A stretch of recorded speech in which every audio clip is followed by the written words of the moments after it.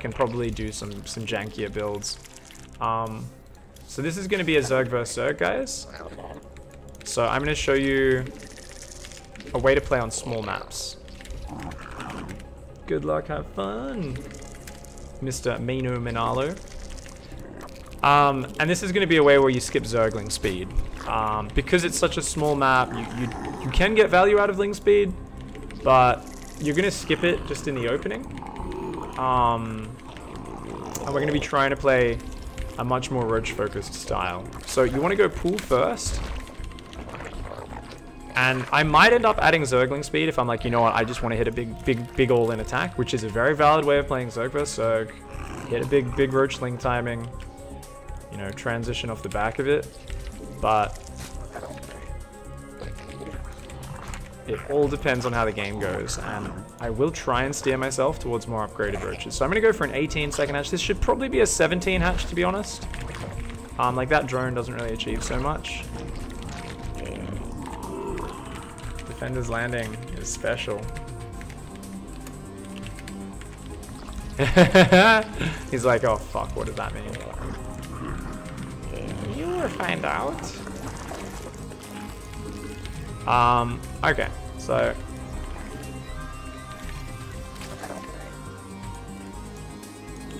Overlord. No. Just talking, of course, about my recent videos about Zerg vs Zerg. Videos 177 to 179 on Zerg vs Zerg. Aggression is the key. So, guys, we're gonna need a very fast roach farm. Probably about 230. I think I'll be going for that. Ooh, I don't see a natural yet. Ooh. There we go. Okay, same time natural as me. He's gone pool first. I'm already queuing up my second queen. First queen moves down to the natural. Now he could have a very fast Ling speed off of a pool first if it's like a gas pool. So I gotta get in there and check his gas timing. I'm shooting his Overlord. Whoa, get in there, get in there. You gotta quick those gases. So that's, he's mined just over 100. Yeah, he's only mined as much as I have. So I honestly, he is making Zergling speed, but I'm not too scared. I'm gonna make a third queen, just to help buff up my defense. And the fact that he's still mining gas, you know, tells me that Zergling speed probably won't be done for a long time unless he pulled off and then put back on gas. Definitely an option, but pretty unlikely. So I'm building Overlords now, because I am at 35 supply. So I'm going to build 2 Overlords, right? This Overlord's going to go out to the middle, and then I've got this Overlord that'll sit outside my base, and this other Overlord will sit to the left of my base over there. I'm going to put it further down. There we go. These Overlords can go back a bit, and I'm building safety roaches, because you got to build these well before you actually see an attack move out. So 6 roaches are on the way, guys, and you know what? I'm even going to do a little roach push, because I want to force a response from him. So 9 roaches is how many roaches I'm going to build. And I'm building extra Overlords behind this. Now, I haven't seen a third base yet. And here we go. Zergling's coming out for him. Not a lot, though.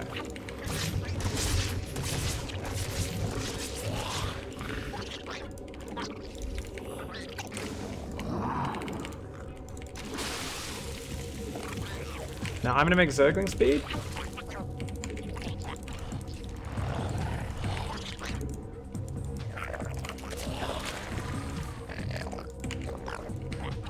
Roaches are coming back. Oh, you're fucking kidding me, man. Okay, only two dudes got him.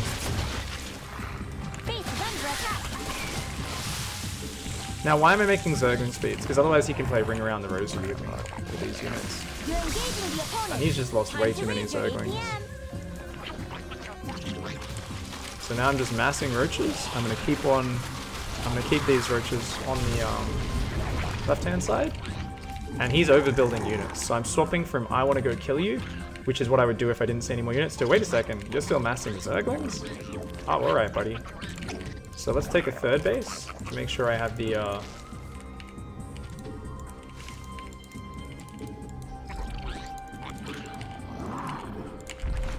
kind of idea of macro down.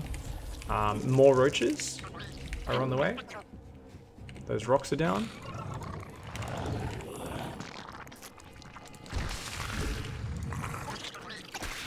Your creep tumor's under attack. Nice strategy. Evolution complete. And from here, it's just non-stop Zerglings. Because I'm like, well, I've got the core of Roaches up. So many Roaches, there's no way for him to deal with it. Not effectively. He's going to waste Zerglings on that. That's awesome. I'm hiding my Roach count. And we're just going to go for that big Roachling attack I was talking about. It's a small map. This is a good way to play on this map. The Zerglings are going to reinforce really fast. My Queens are going to sit here as a bit of an anchor. And he sees what's coming.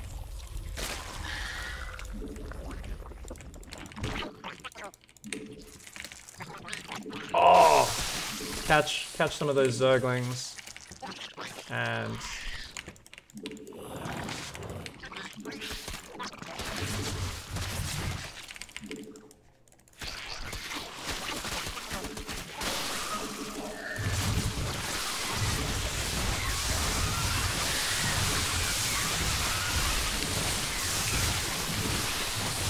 just overwhelming numbers. The Zerglings just reinforce so quickly.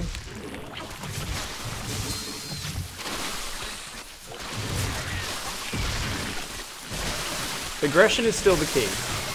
That's supply block, GG. So the thing is, he was playing this as if it was a normal map. And this is something I was talking about before, guys. I've been saying how people aren't playing Defender's Landing. They're just playing their normal build.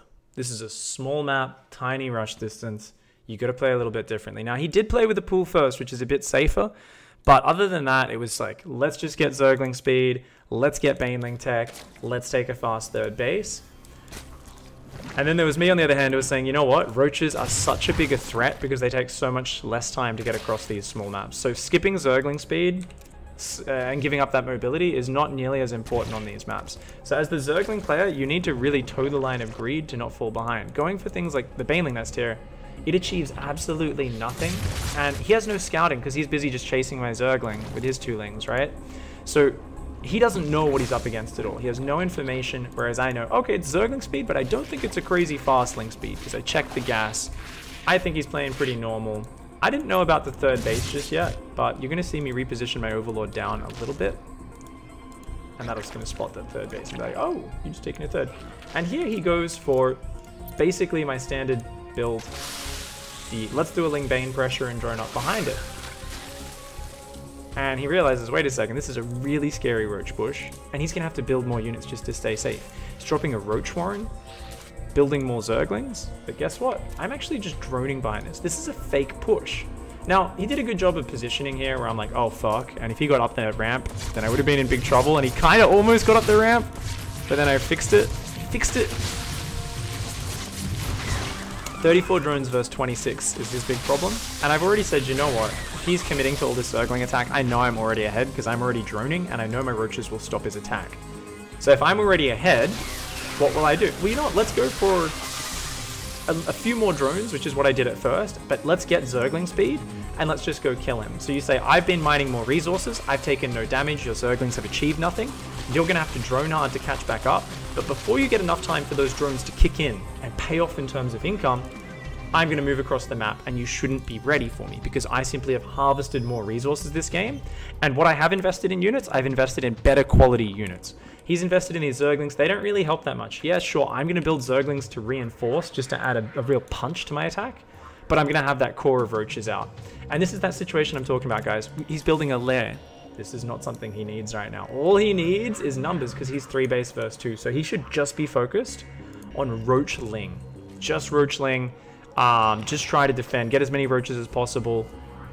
But his third hatchery helps sell the story. If you look at his vision once again, he doesn't know. What if I'm teching up? What if I'm going Roach speed and upgrades? If he just masses Roaches, he's kind of in this awkward position, so he feels a bit forced to tech up. But he's gone up to 3 drones ahead of me. But like I said, I was massing units far earlier. By the time I do move out across the map, he squeezes in another 3 drones, he drops an Evo chamber, and then he adds another 8 drones. So hiding these Roaches is so important. And I just move out across the map.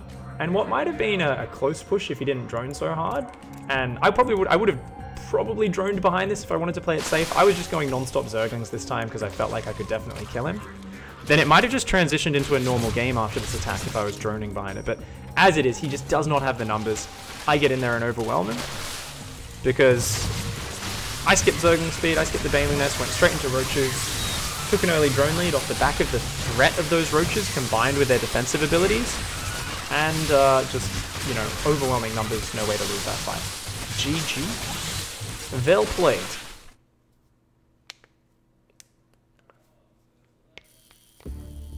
So, are roaches better than lings in smaller maps than ZvZ? Says, hey. It's a bit of a blanket statement, but roaches are more effective than they normally are, right? So, roaches are always better at zerglings than at fighting. Especially as you get numbers of them up. Like if you have one roach versus 4 zerglings, the 4 zerglings will just kill it, right? And it's like not that great. But once you get up to decent numbers of roaches, zerglings fall off really bad. Why do zerglings fall off bad? Well, they're melee units. When you get enough units in a ball, the zerglings can't get surface area. So that's one thing. So you'll be like one-shotting all these zerglings and the zergling count is dropping while your roaches are just getting bruised, but none are actually dying because they're in a ball. They're all shoulder to shoulder, you know? All fucking holding their Spartan roach shields. And then you've got the fact that roaches, as they get upgrades, start to 2-shot zerglings rather than 3-shot them. And you're just like, holy fuck. Okay, zerglings become a lot worse. Oh, what else? Banelings. What if someone mixes in a few banelings? Zerglings become worse. So zerglings simply do not pay dividends. They don't get better over time, right? They're not a good investment in terms of frontal engagements as the game goes on. They're good for counterattacking, they're good for threatening multiple places, and they're good for suddenly jumping across the map, surprising your opponent and killing them. But zerglings will never be good as like, I'm going to just mass zerglings. Hey, look, I'm massing zerglings. You can't counter this. Whereas roaches, there's no clear, easy counter for roaches. So it works out really well. Pressure Tested has just subscribed for 37 months in a row. Much love, Pressure Tested. Thank you so much, mate. Really appreciate that. So, if you think about it, is the build I did that game just better than his build? Well, the problem is that he didn't scout my gas, so he committed to those zerglings, which did put him behind in workers. Now, could he have recovered from there? Yes, but he needed to actually probably play with fire. He needed to not build the next wave of zerglings when he saw my roaches. When he saw those roaches coming out, he was afraid, thinking, holy fuck, what is this all in?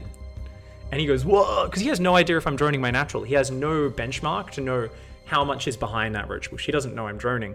So he builds those zerglings out of panic, drops a roach warren out of panic. What he actually needed to do there was just say, no, my zerglings are just going to counterattack your natural.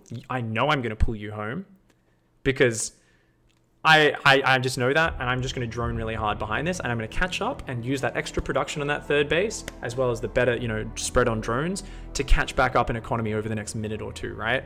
And then I'll go into roaches, and because I've kind of towed that line of, am I really safe droning when there's like 9 roaches halfway across the map?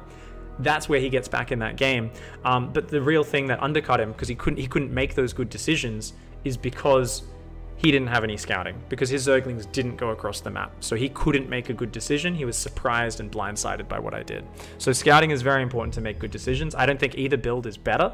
I think they're both good. I just think my build is valid on that map, whereas it's not valid on a bigger map, because the roaches just take too long to get across the map. So it's much easier for the enemy to see your roaches move out and just go, I don't give a fuck. They're going to take forever to get to my base. I'm going to keep droning.